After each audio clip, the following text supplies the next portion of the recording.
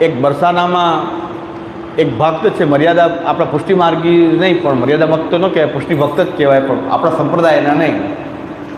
એ ત્યાં બરસાનામાં ત્યાં લાડલીજીના મંદિરમાં એમને એવો ભાવ છે કે શેન થઈ જાય પછી રોજ આખી રાત એ પંખો ખેંચે, એ પંખાની સેવા આખી રાત કરે.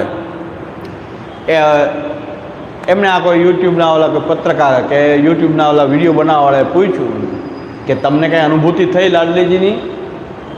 એ કે આ કરી રહ્યો છું એ જ અનુભૂતિ છે. આખી રાત સેવા આપી રહ્યા છે. લાડલીજીના નિકુંજ મહેલની સેવા મળવી એ બહુ મારા માટે દુર્લભ છે. આનાથી અનુભૂતિ બીજી મારે શું જોઈએ? અને એ તમને કંઈ લાડલીજીનું દર્શન થયું? એ કે મને દર્શન જે બધાને થઈ રહ્યા છે એ સ્વરૂપને હું સાક્ષાત લાડલીજી માનું છું. બીજા માનતા હોય કે ન માનતા હોય, મને સાક્ષાત દર્શન થાય છે. બીજું સાક્ષાત શું હોય? અને એ સાક્ષાત છે તો મને વિશ્વાસ છે, એ મને જોઈ રહ્યા છે. તો આનાથી વધારે મારે આ જન્મની વધારે મારી જન્મની સફળતા બીજું શું હોય? આ પુષ્ટિ ભાવ છે. આપણો ભાવ જ આવો જ છે કે તમને કાંઈ ભગવાન બોલે છે પણ સાક્ષાત પ્રભુ જે બોલવાવાળો છે એ સામે બિરાજી રહ્યો છે, એ સાક્ષાત છે એવો અમારો ભાવ દ્રઢ જ છે. તો પ્રભુ સાક્ષાત છે, એની દૃષ્ટિમાં આપણે રહીએ છીએ, એમની દૃષ્ટિમાં છીએ આપણે, એના સેવક છીએ. અને એના શ્રીઅંગ સંબંધી એમનો આ નિકુંજ મહેલ છે અને એમાં આપણને આ ટહેલ મળી રહી છે. જે વ્રજભક્તો કરતા હતા, શ્રી મહાપ્રભુજી ગુસાઈનજી 7 બાળકો કરતા હતા, જે 84,252 કરતા હતા, એ ટહેલ આપણને મળી રહી છે. એમાં આપણે ફલરૂપતા નવોભાગ્યતાનો અનુભવ કરવો જોઈએ.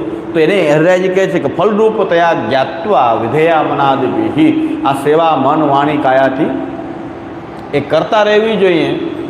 એવો શ્રી હરિરાયજી આજ્ઞા કરે કે આ ફલરૂપ જાણીને આ રીતે એને ફલરૂપ જાણવું જોઈએ કે આ સાક્ષાત વ્રજાધીપ છે, એમની આ વ્રજ લીલા ચાલી રહી છે, એમાં મને આ સ્થાન મળ્યું છે સેવાનું.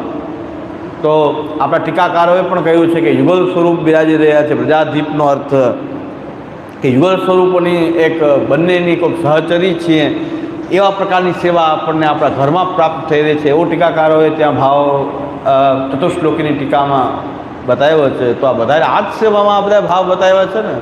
જે ક્રિયા આપણે કરીએ છીએ ત્યાં જ આ ભાવો ટીકાકારોને અનુભવમાં આવ્યા છે કે ભાઈ આ તો પ્રભુની સાક્ષાત કોઈ લીલા છે અને લીલામાં હું એમનો એ દાસી કે સહચરી બની અને લીલામાં હું સંમિલિત જ છું. એવા ભાવને કહેવાય છે સર્વભાવે એના ભજનીયો પ્રજાધિપ. એવું પણ ટીકાકારે અર્થ કર્યો અને સર્વભાવનો અર્થ આવો પણ કર્યો છે